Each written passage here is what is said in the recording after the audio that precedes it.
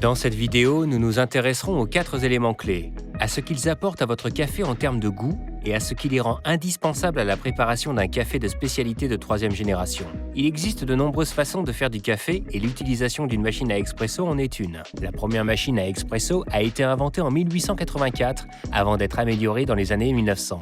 La fonction première d'une machine à expresso est de faire passer de l'eau chaude sous pression à travers des grains de café finement moulus pour créer une boisson.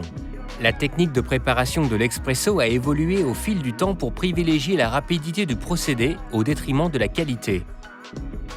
C'est précisément pour cette raison que nous avons élaboré les 4 éléments clés. Comme les machines professionnelles et les coffee shops, ils constituent une norme pour nous et nous garantissent un café dont la qualité n'a fait l'objet d'aucun compromis.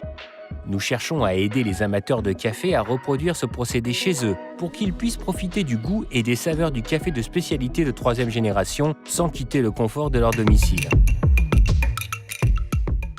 Il est indispensable d'utiliser des grains de café fraîchement moulus. On ne peut pas rendre frais un café périmé. C'est pourquoi les baristas des cafés reçoivent généralement une commande hebdomadaire de grains et les moulent au fur et à mesure des commandes pour obtenir des saveurs plus fraîches. Un conseil, vérifiez la date de torréfaction sur l'emballage et non la date de péremption ou la date limite de consommation idéale. Idéalement, que ce soit dans un café ou chez soi, on essaiera de consommer son café dans les 5 à 30 jours suivant la date de torréfaction. Les grains frais sont riches en huile et donnent généralement une crème plus épaisse à votre expresso. Un autre conseil, achetez des quantités moins importantes plus régulièrement. Disons assez pour tenir 1 à 2 semaines pour éviter que le café ne finisse par rester dans votre placard pendant des mois. Le dernier conseil à propos des grains concerne le stockage. Nous vous recommandons de conserver vos grains dans un environnement frais, sec et à l'abri de la lumière pour éviter qu'ils ne se dessèchent prématurément. À l'instar des machines professionnelles, nous nous en tenons aux 4 éléments clés. Toutes nos machines ont été conçues et mises au point pour créer le même café savoureux que celui que vous attendez du café de votre quartier. Le premier élément, c'est la dose idéale, c'est-à-dire une quantité de café qui se situe entre 18 et 22 grammes. En introduisant cette quantité de café fraîchement moulu dans le porte-filtre, on obtient l'extraction d'un café au corps intense et aux saveurs riches et complexes. Nos gammes de machines Oracle et Dual Boiling sont dotées d'un porte-filtre de 58 mm d'une capacité de 18 à 22 grammes, tandis que nos machines des gammes Barista et Bambino utilisent un porte-filtre de 54 mm pouvant accueillir jusqu'à 19 grammes. Comme je l'ai dit, le premier élément clé pour préparer n'importe quel café est de garder cette dose constante.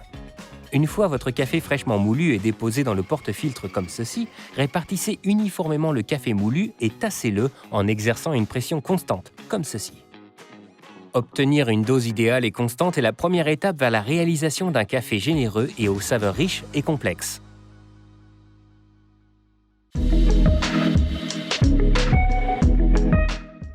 Le deuxième des 4 éléments clés est la pression optimale.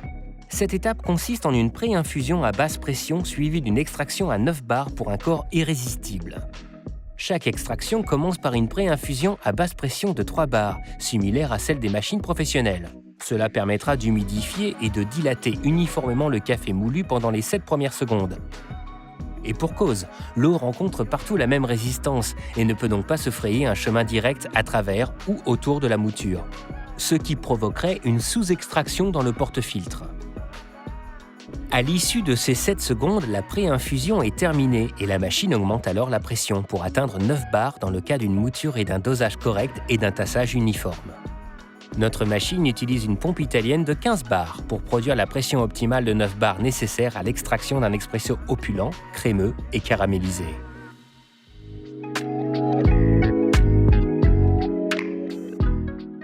Le troisième élément clé est axé sur une température d'infusion précise pour un goût parfaitement équilibré.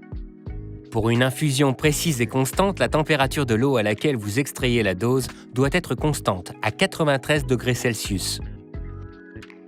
L'extraction à une température plus élevée pourrait donner lieu à une dose brûlée, amère et astringente, alors qu'avec une température plus basse, on risque de se retrouver avec un goût aigre et acide. Grâce au contrôle numérique de la température par PID, nos machines vous permettent une maîtrise précise de la température, afin de garantir une température d'extraction constante à chaque fois qu'un café est préparé.